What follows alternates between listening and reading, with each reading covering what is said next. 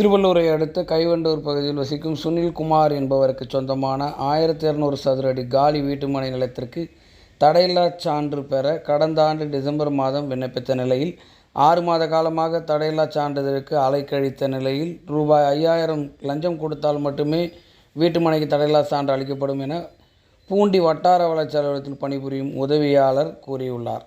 இதனையடுத்து லஞ்சம் கேட்பது குறித்து திருவள்ளூர் லஞ்ச ஒழிப்புத்துறைக்கு சுனில்குமார் அளித்த தகவலின் பேரில் லஞ்ச ஒழிப்புத்துறையினர் வழிகாட்டுதலின்படி ரசாயனம் தடவிய 5000 ரூபாய் லஞ்ச பணத்தை வட்டார வளர்ச்சி அலுவலரின் உதவியாளர் விஜயகுமார் பெற்றபோது மறைந்திருந்த திருவள்ளூர் லஞ்ச ஒழிப்புத்துறை டிஎஸ்பி ராமச்சந்திரமூர்த்தி தலைமையிலான 8 பேர் கொண்ட லஞ்ச ஒழிப்புத்துறையினர் கையும் களவுமாக விஜயகுமாரை பிடித்தனர். இதுகுறித்து பூண்டி வட்டார வளர்ச்சி அலுவலகத்தில் அவரை இரகசியமாக விசாரணை செய்தனர். உதவியாளர் விஜயகுமாரிடம் லஞ்ச ஒழிப்புத்துறையினர் விசாரணைக்கு பின்னர் அவரை நீதிமன்றத்தில் ஆஜர்படுத்தி சிறையில் அடைக்க நடவடிக்கையை மேற்கொண்டனர்.